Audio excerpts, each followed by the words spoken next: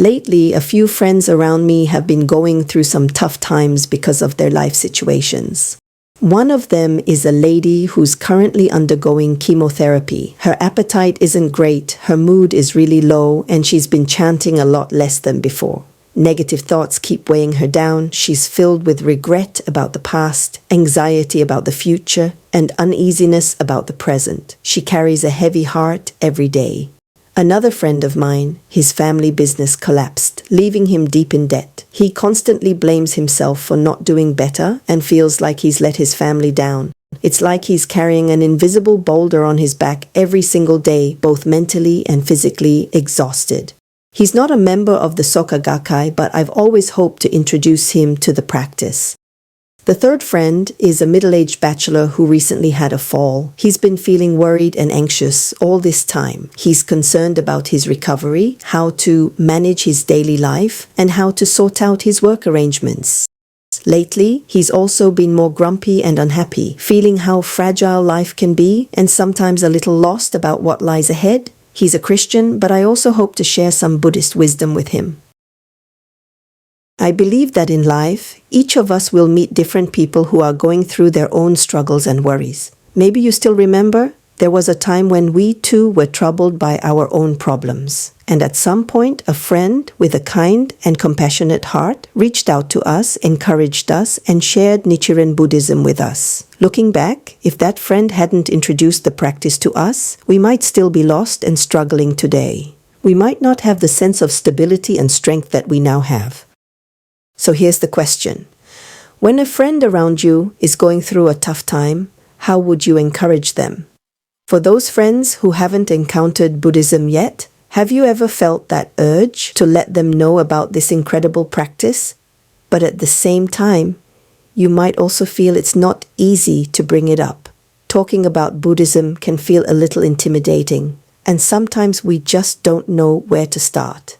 Today, let's talk about how we can share the teachings and take that first step in Shakubuku, reaching out to others with compassion and courage.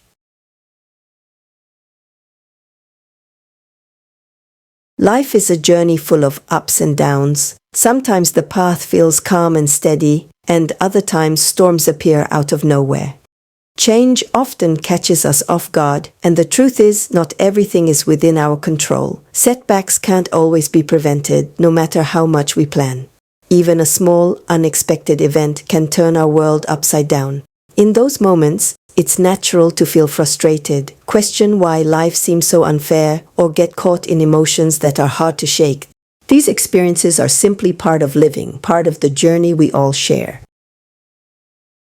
Today, I know that my three friends are each facing their own struggles. Even though they haven't asked for help, I truly believe that chanting could make a positive difference in their lives. Life storms can leave people feeling vulnerable. In those moments, it's wonderful if we can help calm their minds and guide them back toward a sense of balance. Still, even though I personally believe in the power of chanting, my friends might not feel the same way. Before introducing someone to this practice, it's important to first adjust our own mindset. Doing Shakubuku isn't about waiting for the perfect timing or expecting immediate results. It's about sharing Buddhism with a sincere heart and then letting go, trusting that when the time is right, the person will awaken to it in their own way. My role today might simply be to plant a seed. If my friends are inspired to chant, that's wonderful. If not, that's perfectly fine. One day, when their hearts are ready, that seed may awaken naturally, and in that moment, Shakubuku has quietly fulfilled its purpose. When we try to introduce Buddhism, it can be tempting to keep explaining all the benefits. You should do this, you should do that. Even with good intentions, pressing too hard can backfire and create resistance. The key is to keep things simple. Don't overwhelm your friend with too much advice or explanation. Instead, focus on listening and understanding their perspective. True care begins with respect and genuine attention. Buddhism reminds us that everything unfolds in its own time. Once you've shared with sincerity, just trust that the right moment will come. Through Buddhism, I've come to understand that the state of our life is closely connected to the principle of the 10 worlds. Life is full of unpredictability. There are moments when life feels effortless and everything falls into place, and others when challenges arise, testing our strength and helping us grow. Everyone experiences these cycles in their own way. The 10 worlds describe the different states of life that every person can experience. These states are not fixed. At different times, we may find ourselves in one world or another, depending on our thoughts, feelings, and circumstances. Understanding them helps us see how our actions, choices, and mindset shape the life we live. The 10 worlds are hell, a state of intense suffering and despair. Hunger, endless craving and dissatisfaction.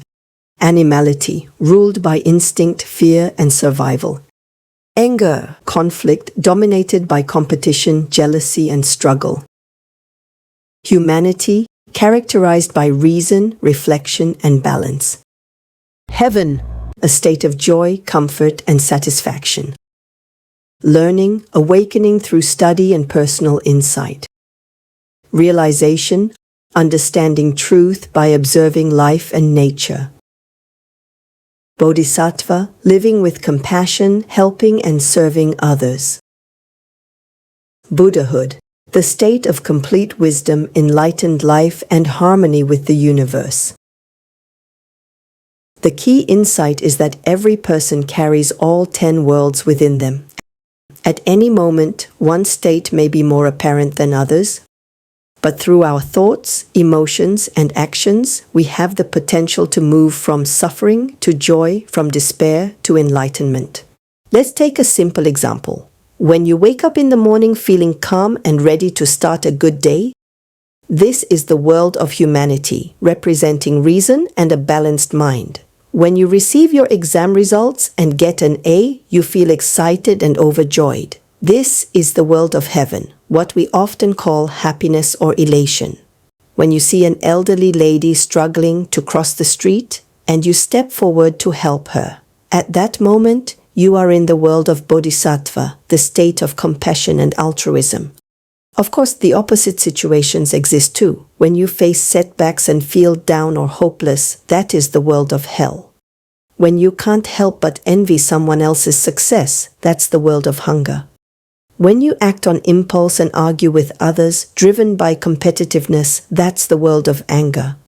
When we remain trapped in the lower 4 worlds, hell, hunger, animality, and anger, our life condition becomes chaotic and low in vibration, attracting more negativity, just like a radio tuned to the wrong frequency that only receives static. But when we elevate our life state to the higher 6 worlds, humanity, heaven, learning, realization, bodhisattva, and Buddhahood, our inner vibration becomes bright and high, naturally attracting good people, positive opportunities, peace, and joy. Many believe that Buddhahood is reserved for saints or monks, or that it exists somewhere beyond this life. But in Nichiren Buddhism, Buddhahood is the awakened life state that already exists within each of us. The word Buddha means awakened one, someone who realizes that all life has inherent value and that every person can create good within themselves and their surroundings. This awakening is not supernatural. It's a deep recognition of the dignity of life itself. Chanting Nam-myoho-renge-kyo helps us awaken this state. It's how we align our life with the mystic law or the rhythm of the universe and draw out the wisdom, courage, and compassion needed to transform suffering into strength. Buddhahood is a life condition of unshakable happiness, one that remains firm through joy and hardship alike. As President Ikeda explains, to attain Buddhahood is to live with a spirit of yearning for the happiness of oneself and others, and to act with that spirit each day. This is the true purpose of practice, to reveal the light of Buddhahood that has always been within us. We must remember, sharing Buddhism is not about forcing someone to believe, nor is it about winning an argument. It's about lighting a spark of hope in another person's heart. is like planting a seed. Every seed needs time to sprout. To inspire our friends to develop faith in the Lotus Sutra, we don't need to lecture or preach. What matters is reaching out from heart to heart, gently guiding them and connecting them to the Soka Gakkai community. Now follow me as we talk to my 3 friends. A friend of mine, a WD member, was weakened by illness and spent her days in pain and fatigue with barely any energy even to chant. In this state, her emotions were heavy and her heart had closed off. While talking with her, I didn't insist that she must chant. Instead, I shared the importance of chanting and what it involves. I believe our role is simply to be present, offering support and letting her feel the strength of the practice without any pressure. Eventually, she turned to me and softly said, "Thank you for always being here." In that moment, I asked, "Shall we chant Nam-myoho-renge-kyo together?"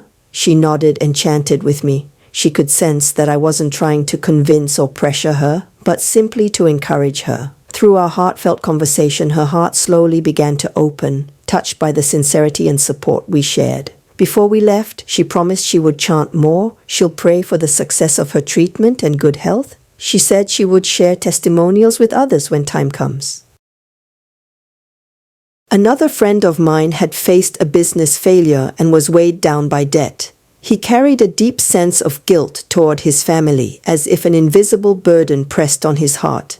The purpose of Shakubuku is to help someone see that life can change. In times of difficulty, we all need faith and courage to confront our challenges. Chanting opens a channel for the heart, offering clarity and inner strength. I told him that problems might not be solved overnight, but they can be overcome. Whether through faith, chanting, or other means, he has the inner strength and determination to face life's challenges and persevere. That day he listened quietly, saying nothing at first, but later told me he would remember my words. I hope what I shared can help spark the confidence he needs to rise again. My 3rd friend, single and recently hurt, is a Christian but naturally cheerful. He accepted my invitation to visit the Soka Gakkai Center. Honestly, the focus of this Shakubuku was about creating a connection, not trying to convert him. I'm grateful that he agreed to come and join the activities at the center. He personally experienced us chanting the sutra and Nam-myoho-renge-kyo for tens of minutes. Even if he didn't fully understand the teachings, he gave himself a chance to encounter Nichiren Buddhism, a gesture far more powerful than any explanation of doctrine. I also appreciate his respect for the practice. This experience helped him rekindle curiosity in his heart and renewed his confidence in prayer. From then on, he could share with others, "Yes, I've been to Soka Gakkai. I've heard them chant Nam-myoho-renge-kyo." Thank you all for watching. I hope this Shakubuku journey inspires us to continue sharing Nichiren Buddhism with the people around us. Sharing doesn't need elaborate plans or careful timing. It's simply a heartfelt conversation. By opening our hearts and speaking sincerely with those who may need it, we can light a small lamp of hope in their lives. See you in the next episode.